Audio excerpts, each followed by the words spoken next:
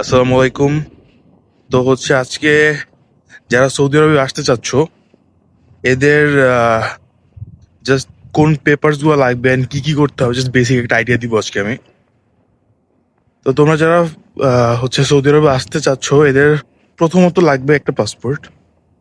Second তোমার কোনো agency বা যে কোনো একজনের সাথে কথা বলতে হবে যে কোন ভিসা অ্যান্ড স্টাফ কেমনি কি প্রসেসিং, ওইটা আমি পরে একটা ভিডিওতে বলবো। ঠান্ডায় কথা বলতে পারতেছি না, এত অবস্থা খারাপ। তো তোমার প্রথমত পাসপোর্ট লাগবে। দেন যে এজেন্সির মাধ্যমে আসতে চাচ্ছ আর সেভাবে আসতে চাচ্ছ তোমার ভিসাটা কনফার্ম করতে হবে।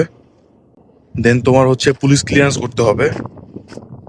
দেন তোমার করতে হবে মেডিকেল।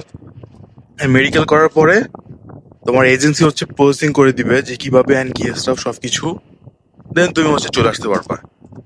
অ্যান্ড কোনটায় কত টাকা কি খরচ হবে এটা যদি তুমি জানতে চাও কমেন্ট করো, তাহলে আমি সব কিছু এক্স্যাক্টলি বলতে পারবো। কারণ আমি আলহামদুলিল্লাহ অনেকদিন যাবত আছি এখানে, এইসব লাইনের মধ্যে আছি, তো মোটামুটি আমি বলতে পারবো। So, yeah,